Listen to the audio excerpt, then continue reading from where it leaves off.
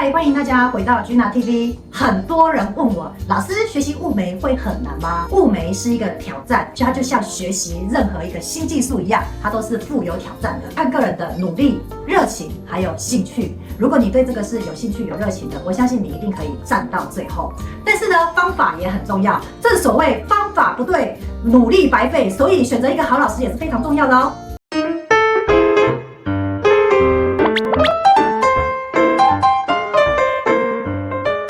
学习雾眉主要我们会学习哪些项目呢？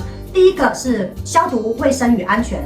这一点呢，其实不用我多说，大家都知道这会是最重要的，因为毕竟我们操作真人以安全优先第一考量。第二个我们会学习的是眉形设计。我们既然要做雾眉，帮人家画一个眉毛就是我们必备的技能，所以我们要学习在纸图上画眉毛、假皮上画眉毛，以及真人上面画眉毛，这些都不一样。第三个我觉得是机器的手法。机器手法呢，它基本上会稍微简单一些，操作上也比较容易，因为它针对后期的留色比较好，所以新手同学通常在操作的时候难度不会太高。那第四个就是我们的手工手法，那手工手法会比机器稍微难一点点，但是呢，它可以做出一点精致雾的感觉。第五个就稍微进阶一点，就是我们要去学习如何帮有做过有底色的客人，帮他们去做转色。举例来说，如果今天来了一个红眉的客人，那我要怎么去帮他做颜色的叠加，把他颜色转的不要那么红，变成呢比较像深咖啡色这样，这个就是进阶课程。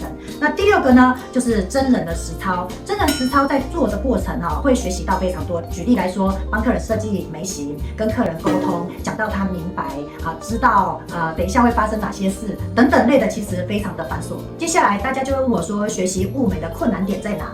那我觉得应该把它分几个层面。首先就是你不要太害怕流血这件事情。很多同学在操作真人的时候，他的手法可能略有不对，那就容易产生流血，那他们会慌张，所以就会做得更不好。所以首先不要太害怕，一定要稳住性子。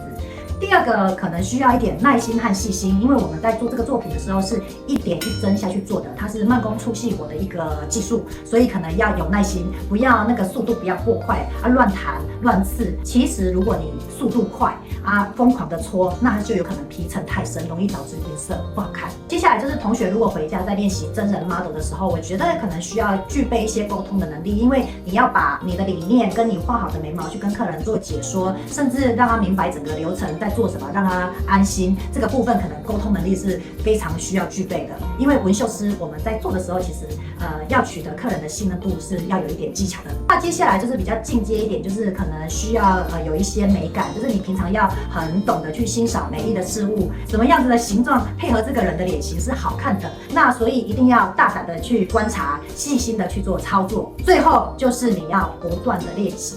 接下来就是大家会问说，学习雾眉要多久才可以创业？我觉得大概就是你认真的上课，大概1到2天然后第3天呢做真人的实操。当然这个前面1到2天可以跟这个真人实操可以相差大概1个月左右，因为我们先把前面的这些基本的技巧先练熟练之后，然后再来做真人的操作，这样你才可以把它整个很完整的把它呈现出来。那回家之后呢，当然我们也要做真人的 model， 大概再做十几20个人左右，我觉得就差不多是可以创业了。但是我们要先讲就是你这20个人都是要有认真做、认真的去帮他设计眉形的，而不是胡乱做的那有程度上的差别。通常是这样，我们总共会有3天的课程。那我个人会觉得不要太高压的去做学习，也就是说我前面先2天的基础课程，然后回家认真的练习大概1个月左右呢，再来去做第3天的真人实操的这个课程。那这样子做起来之后呢，因为你前面的技巧都有熟悉并且背起来之后，你在做真人实操会有其他的一些状况，那就会整体就会相辅相成的加起来。当然如果你对你自己很有信心，而且你的时间比较紧迫，你也可以像我们的海外学生一样，就是3天连续就把它学起来。当然那你回家就要更认真练习，我没有保证你一定学得会，但是我们在3天一定会把所有的过程、所有的事情都带你一步一脚印的把它做完。那有的同学我教他100件事情，他会马上记起来，有些同学只能记50件，有些同学可以记80件。天下无难事，只怕有心人。你其实真的认真的把我所有的步骤都仔细的听、仔细细的想，认真的做好每一步，我觉得真的都不会太难。我个人真心觉得是雾眉稍微简单一点点，飘眉稍微难一点点。但是呢，这个也要依照同学他的兴趣。有些人他就是对雾眉没有兴趣，就只想做飘眉，那也是 OK 的。那我做一个比较简单一点的分析，就是如果你要学雾眉，难度大概是1、2、3，你要学习3个东西。那如果你要学飘眉，就是要学1、2、3、4、5个东西。所以你说谁比较简单呢？当然是雾眉，学习3个东西的会比较简单。那如果你要知道详细的学习雾眉跟学习飘眉的难度最大差异，那你可以帮我点击上方的这一部影片下去做观看。要身为一个纹绣师，如果你要做眉毛的话，最好是2项技能都有。但是因为可能雾眉稍微简单一点，所以学雾眉的人就会稍微多一点。那飘眉呢，他们就会作为雾眉学习完之后，大概1到3个月之后的一个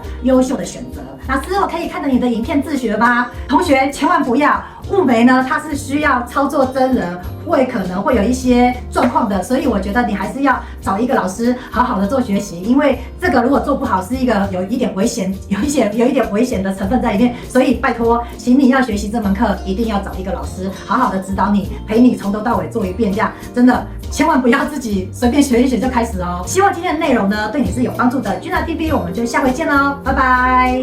如果你喜欢我的影片，请帮我按赞、分享、留言、订阅。并且要打开小铃铛，你就会在第一时间收到我们的最新消息。我是Gina，我们下回见，拜拜。